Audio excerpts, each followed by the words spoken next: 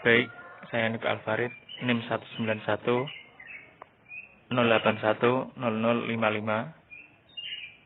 Kali ini saya akan menjelaskan mengenai lanjutan materi dari kepemimpinan dan supervisi pendidikan, yaitu tentang teknik supervisi pendidikan. Apa itu teknik supervisi pendidikan?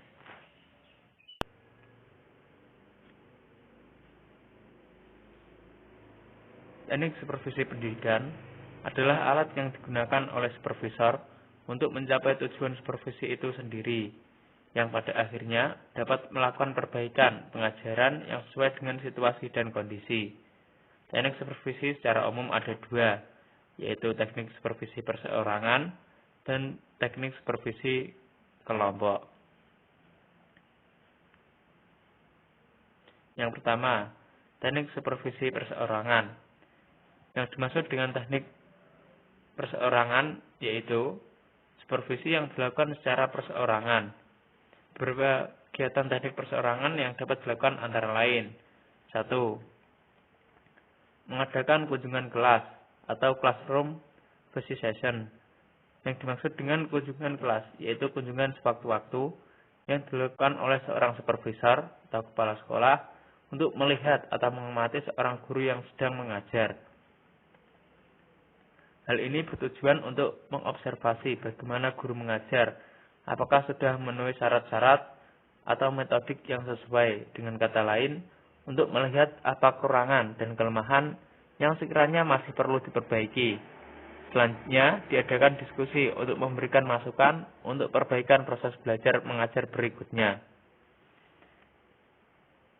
Yang kedua, mengadakan kunjungan observasi, observation visit. Dalam hal ini, guru-guru dari suatu sekolah sengaja ditugaskan untuk melihat atau mengamati seorang guru yang sedang mendemonstrasikan cara-cara mengajar suatu pelajaran tertentu.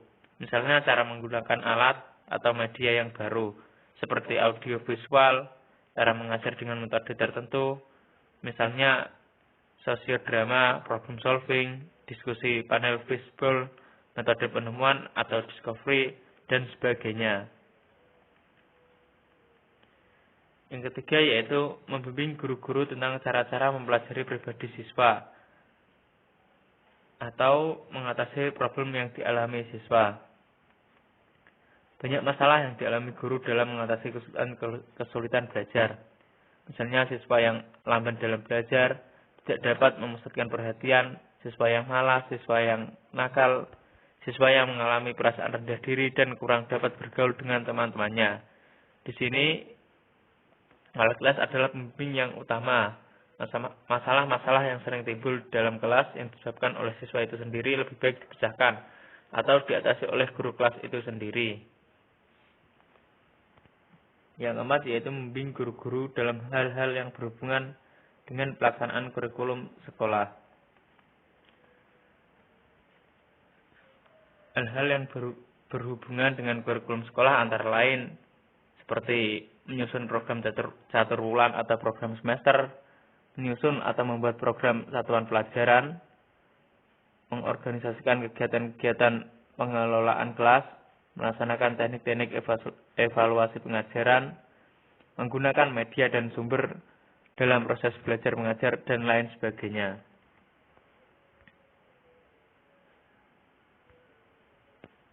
Selanjutnya yaitu teknik supervisi kelompok. Teknik kelompok yaitu supervisi yang dilakukan secara kelompok. Beberapa kegiatan yang dapat dilakukan antara lain: 1. Mengadakan pertemuan atau rapat. Seorang kepala sekolah yang baik umumnya menjalankan tugas-tugasnya berdasarkan rencana yang telah disusunnya. Termasuk dalam perencanaan itu, antara lain mengadakan rapat-rapat secara periodik dengan guru-guru dalam rangka supervise yang berhubungan dengan pelaksanaan kurikulum. Yang kedua, mengadakan diskusi kelompok. Diskusi kelompok dapat diadakan dengan membentuk kelompok-kelompok guru bidang studi sejenis. Kelompok-kelompok yang telah terbentuk itu diprogramkan untuk mengadakan pertemuan atau diskusi guna membicarakan hal-hal yang berhubungan dengan usaha, pengembangan, dan peranan proses belajar mengajar. Yang ketiga, mengadakan penataran-penataran atau in-service training.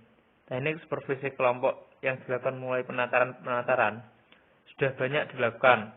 Misalnya penataran untuk guru-guru bidang studi tertentu, penataran tentang metodologi pengajaran, dan penataran tentang administrasi pendidikan.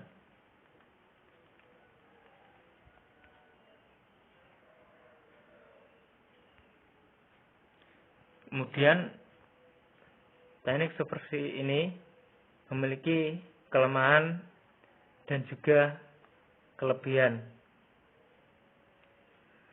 Kelemahan teknik-teknik dalam pelaksanaan supervisi diantaranya: 1. Perlu biaya yang banyak, waktu yang tepat, sehingga sekolah jadi kurang efektif.